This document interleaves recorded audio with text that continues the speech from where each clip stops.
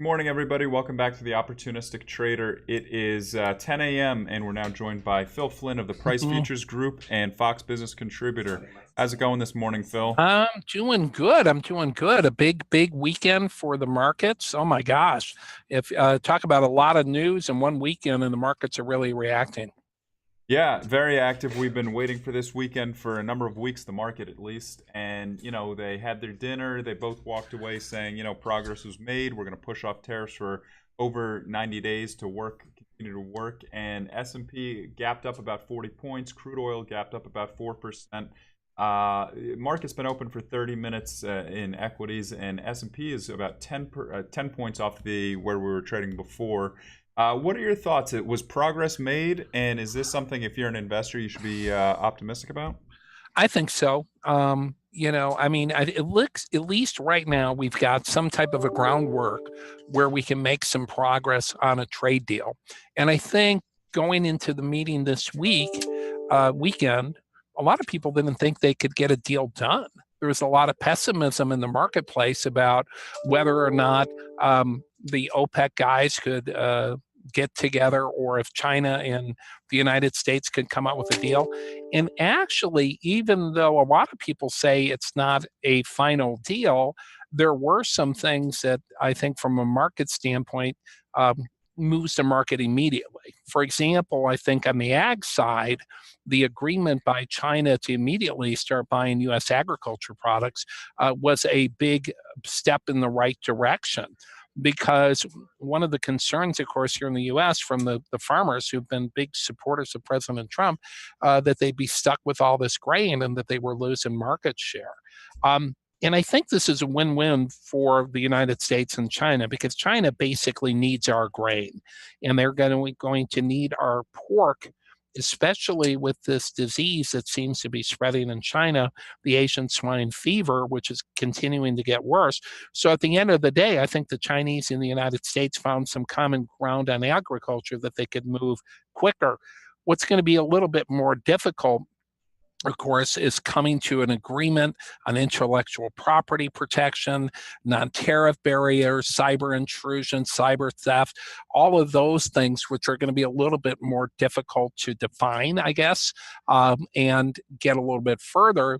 But I would have to say that if this is the most optimistic you could be about a U.S. trade final solution, that we've been in some time. So I think that's why the market's reacting positively. Now, admittedly, we're not out of the woods yet. We'd like to see a more solid gain today. We don't want to see them give up their gains, the same being with the oil. But at the end of the day, I think it's a step in the right direction, and at least it should put some kind of a G20 put in the market for the foreseeable future. So you just touched on ags a little bit. That's the one market I was looking at, kind of scratching my head, and we're actually going to be speaking with Angie Setzer in a little bit, in about an hour. But why, in a way, I would have thought ags might have reacted better if this was very bullish. Like ags, Yeah. Corn's up 1%, soybeans are only up 1.75%. Yeah, I'm a little bit disappointed, and I think the main reason is because we don't have an actual number of what they agreed to buy. Are they going to buy a couple of bushels? Are they going to load up on the market? And I think it's that era of uncertainty that's causing people to be cautious, because they agreed to buy ag products, but they didn't actually agree on a specific amount. What are we talking about?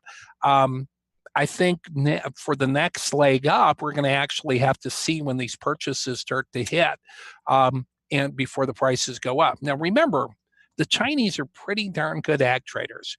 They're not going to come out and say, "Hey, we're going to buy, 50 billion beans, 50 tons. We're going to get a ton here." No, they're going to be a little bit coy. They don't want to come out and say they're going to buy a whole bunch of stuff and drive up the price and have to pay a higher price. So I think they want to keep it ambiguous somewhat. Well, that's one of the key points there also, is the differences of the message from the U.S. message and the Chinese message in their own local media. The U.S. administration was saying, China is going to be buying significant amount of ags and great amounts of ags, whereas China said, really didn't say anything near that, and they just said, we will continue to trade, sort of thing. Yeah. Yeah, and I think that that's that ambiguousness, and I think that's because the Chinese don't want to come out and say that they've agreed to that, mainly because they don't want to drive up the price. So I think they want to keep that uncertainty in the marketplace. But make no mistake about it, the Chinese need our grain. They're going to have to buy it, tariffs or no tariffs or whatever. Obviously, this opening is probably going to open up the door for more purchases, not less than we would have seen. So I generally think that the market is going to act more positive as we get more news on it. So I guess in a weird way, maybe the weak reaction might be a good buying opportunity because we believe that the Chinese are going to come in and be substantial buyers. We believe what the Trump administration is saying and not so much what the Chinese are saying. And the Chinese aren't going to come out and say, hey, we're going to buy a ton and drive up the price, because then they'd have to pay a much higher price. Yeah, well, that does make sense from that perspective. When it comes to trade, etc., whether it be just trading one on one, not necessarily showing your hands. What about, so you say it's positive. Let's get into energy. It's been a very, very volatile past 60 days in crude oil and natural gas. Crude oil gapped up about 4%. We're up 3.3% here. Is this it? Is it those two trips below 50 intraday? Do you think that's a definable low in crude, or do you think that we have more room to go on the downside? It should be the low. Obviously, today's market action, we'd like to close closer to the highs and the lows to confirm that. We'd like to see it end up on a strong note as opposed to what we've seen on almost every 130 close, which has been heavy selling going into the 130 close. And that's probably going to be the tale of the tape, I think, for whether the bottom's in. Look at this market right around 1:30 Chicago time, right?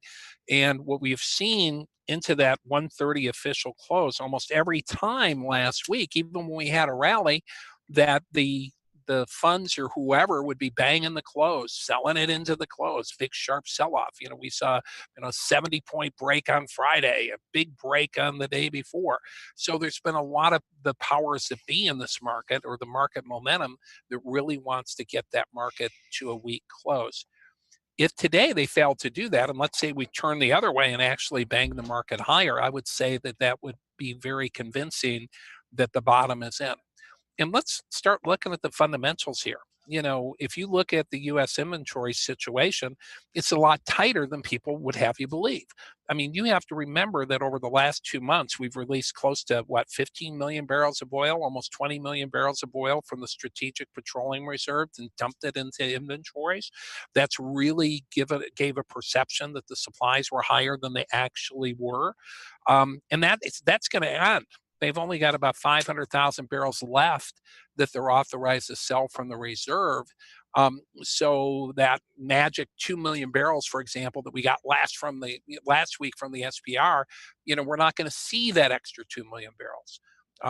And so now you had refinery runs last week really surge here in the US. And something a lot of people just kind of missed in all the bearishness, people don't realize that last week, US energy petroleum exports hit an all-time high.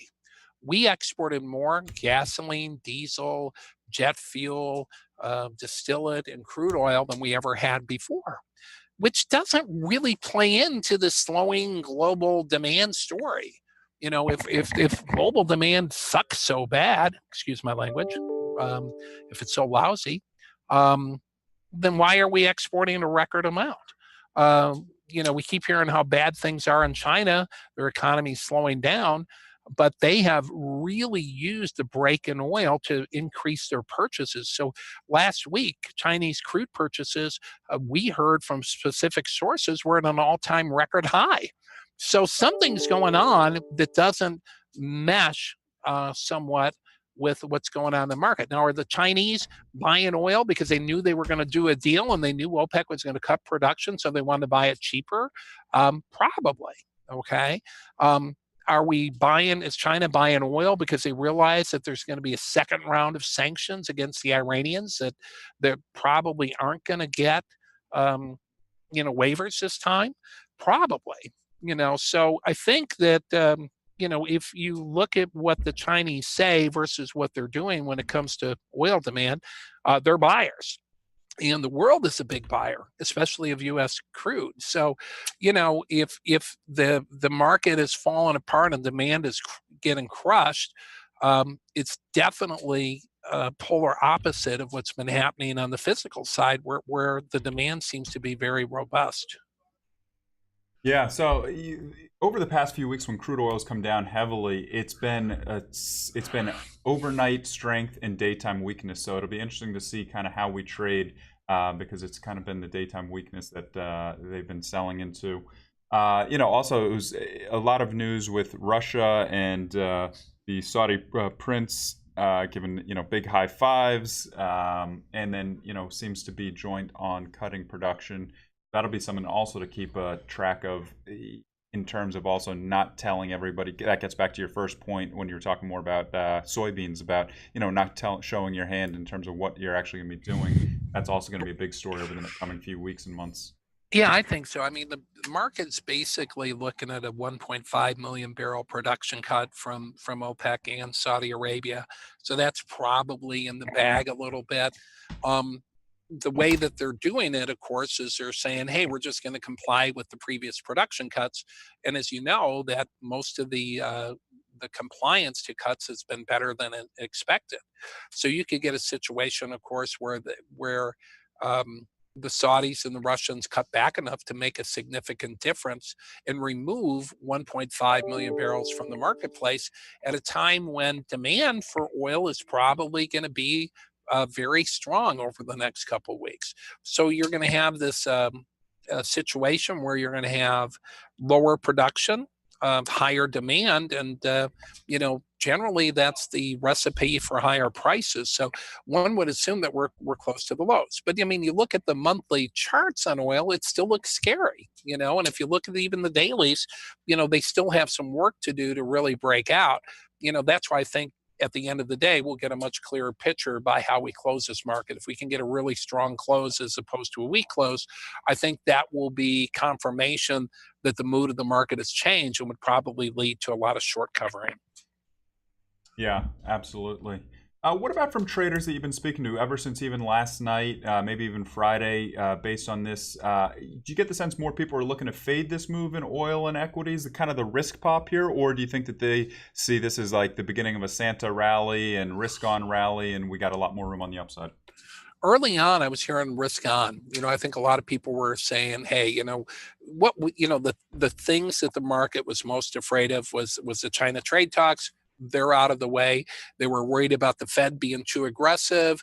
We heard from the Fed that they're close to neutral.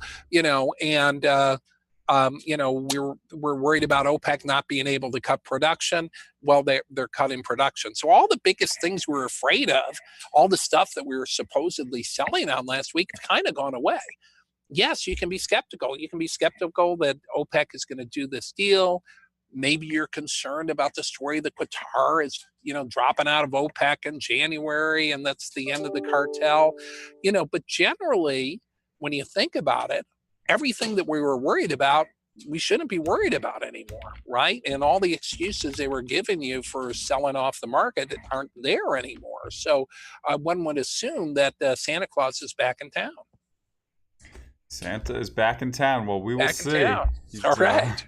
He'll definitely be there on the 25th, but we'll see if the Wall Street Santa rally will be there. We'll see. All right. Well, Phil, thank you very much. Phil Flynn, you can catch his stuff. Price Futures Group, a lot of interesting information there. What's the website? Is it pricefuturesgroup.com? That is correct. And check me out, Cavuto, Coast to Coast today on the Fox Business Network at around 12:30. Tune in, and we're going to be talking a little bit of OPEC. We're going to be talking a little bit of Qatar and a lot of other exciting things. Sounds good. All right. Well, thanks as always, Phil Flynn of the Price Futures Group, Fox Business contributor. Have a good rest of the day. Thank you, sir. Have a great day.